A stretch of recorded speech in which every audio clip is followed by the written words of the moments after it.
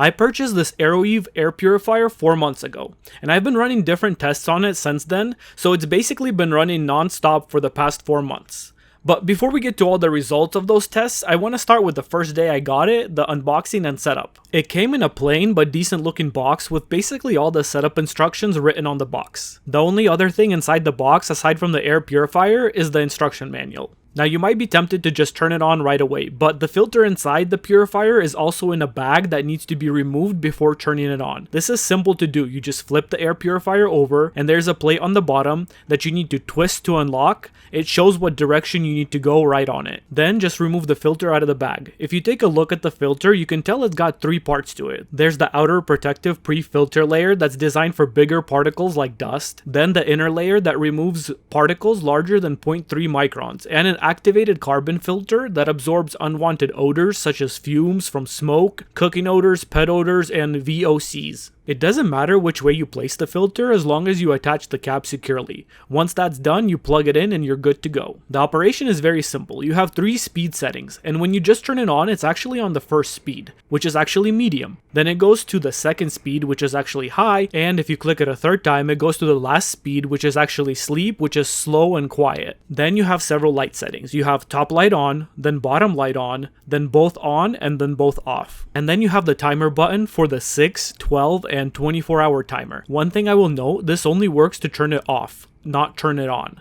It can be useful if you don't want it running all the time and say you're vacuuming and you know you'll have more dust in the air than usual, so you set it on high and say set a 6-hour timer so it'll clean the air in the room and then stop. So they claim on the lowest setting the fan noise is as low as 22 decibels. So I put that to the test. The room I was in was at 20 decibels when nothing was on. I did 2 tests, one from 1 foot away and one from 5 foot away. So on the lowest speed, at 1 foot, the noise was actually at about 21 decibels. And at 5 feet away, it was practically impossible to hear, so it was just showing 20 decibels. The issue is, with this sleep setting on the fan, it barely blows any air. So here's me holding a piece of paper towel over it on the lowest sleep setting. So you can kind of get an idea of how much air it's pushing through. With the low amount of air the first speed was pushing, I had to set it on the second speed, which looks like this. And at that speed, the noise level at 1 foot away was actually 34.5 decibels, and at 5 feet away was 28 decibels. Now if you really want to circulate the air quickly, you need to run it at the highest speed, which looks like this.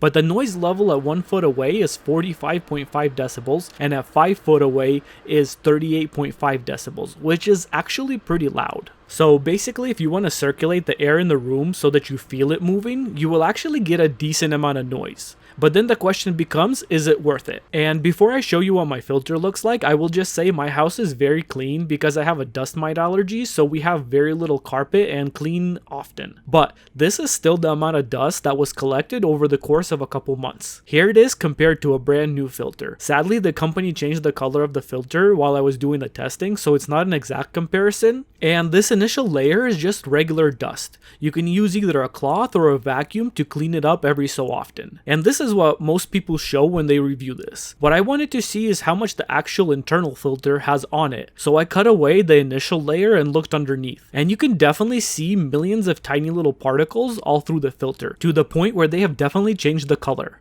There's a clear color difference between where the air was getting through and the parts where it wasn't. When the filter needs to be changed, the air purifier light will turn red and you will not be able to change the light. To replace the filter, you simply turn it off, open the bottom cap, remove the old filter and put the new one in. This will not reset the light. To reset the light, you simply turn it back on and press the light button for a few seconds, then release. It will blink and turn back to blue and you're good to go. So my final thoughts on this air purifier. It looks nice and the lights add a nice touch. The essential oil aroma pad is a cool feature and it can make your room smell amazing. I do wish the pad was easier to remove and it was slightly bigger. The noise level is a bit louder than I would have liked unless it's on the lowest setting. The timer can be a useful tool. It can definitely be handy for people that don't need this running 24/7. I do think the filter does a good job of cleaning the air. When I just look at the filter and I see how much residue it has on it, I'm glad it's on the filter and not in my nose or lungs. So overall, it's definitely worth considering, especially if you have allergies. My allergies have dropped off since I bought air purifiers. This is not the only one I use, so I can't attribute all of it to this one, but I feel like it's doing its part.